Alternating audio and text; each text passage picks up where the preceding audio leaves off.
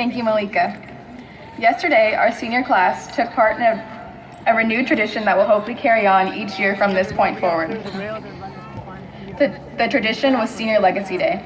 Seniors were given the choice to plant a tree, bury a time capsule, or dedicate a mural. This class chose to bury a time capsule. On homecoming, October 14th, 2016, we are all invited to return to Millikan for a burial ceremony and dedication. Yesterday, to establish this tradition, Colin King gave a beautiful speech to his classmates. Colin, please stand and be recognized by an applause from your class.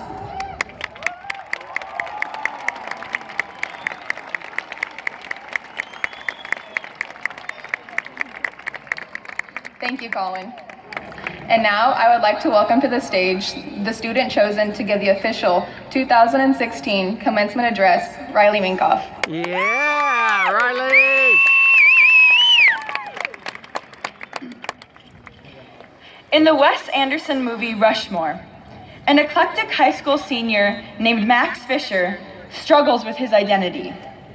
He was extremely involved at his private school, but in one of the central conflicts of the story, he gets kicked out of his beloved Rushmore and is forced to attend public school. The remainder of the movie illustrates Max's attempts to re-enroll at the private school, because for him, Rushmore is his life. In one scene, Max is being questioned about why he loves this school so much and why he wants to be so involved. Max has an elaborate plan that he is convinced will earn him a place back at the school. And another character asks him what his secret to being so passionate is. Max responds, "The secret? I don't know. I guess you just have to find something you love to do and then do it for the rest of your life." To me, this encapsulates what high school and life is all about. We all should strive to be like Max. High school gave us the chance to explore our passions, and now it is our turn to take them and turn them into the rest of our lives. The next step after high school is what we make of it. We can either fall into the dregs of mediocrity or rise above it, find our passions, and pursue them with fervent tenacity. There is no secret to success, only passion and dedication. Seniors, I encourage you to find your passion or create a new one, but either way, do it for the rest of your life and do not give up. However, in the movie Rushmore, Max also has a hard time letting go. When he realizes that no matter what he does, he will still have to leave the institution he cherishes at some point, he has a difficult time responding to this fact. At this point in our careers, we might all be feeling a bit like Max. What lies ahead of us is intimidating and foreboding, and what lies behind us is comforting and constant. It would be very easy for us to turn around and say, "Not today," but we can't hold on forever. And contrary to Max's ideals, an eternity at Millikan is hopefully not what we have envisioned for our futures. We must dive into the unknown, leaving behind the predictable in favor of an adventure and a new challenge. As we step into this next phase of our lives, we must learn to take responsibility for our actions. We now have to acknowledge that whatever mistakes we make, and we will make mistakes, are our own, and know that we can learn from them. We have to become independent and discover ourselves. Millikan has given us an amazing foundation.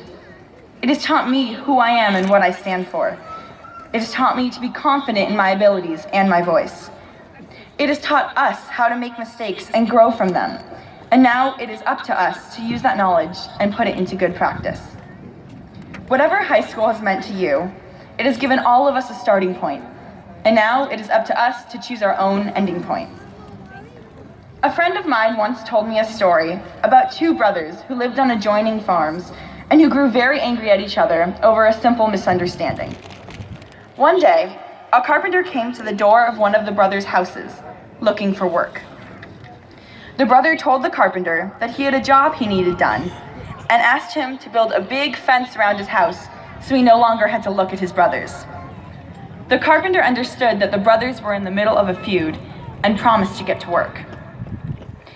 When the brother came home that night, he realized that the carpenter had not built a fence, but a bridge connecting his house to his brother's. Both brothers met on the bridge and realized that they were being petty and needed to stop fighting. When the carpenter went to leave, the brothers asked him to stay, explaining that they had many other projects for him. The carpenter told the brothers that he would love to, but he had many more bridges to build.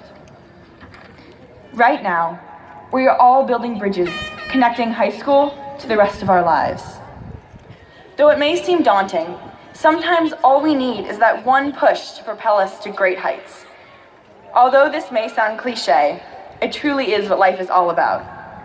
Establishing connections and using them as a foundation for our passions and next steps is how Millikan taught us to succeed.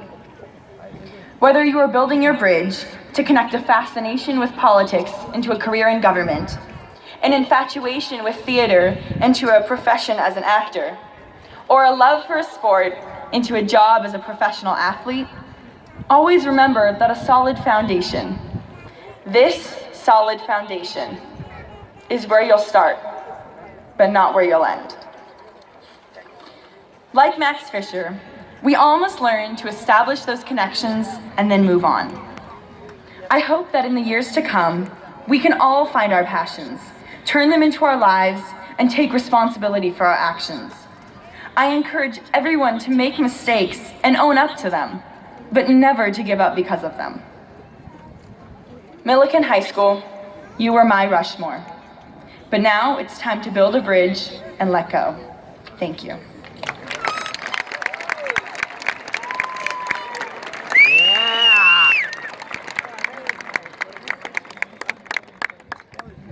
Thank you, Riley. And now to speak for the very first time as co-principal of Millikan High School, please welcome Mr. Navia.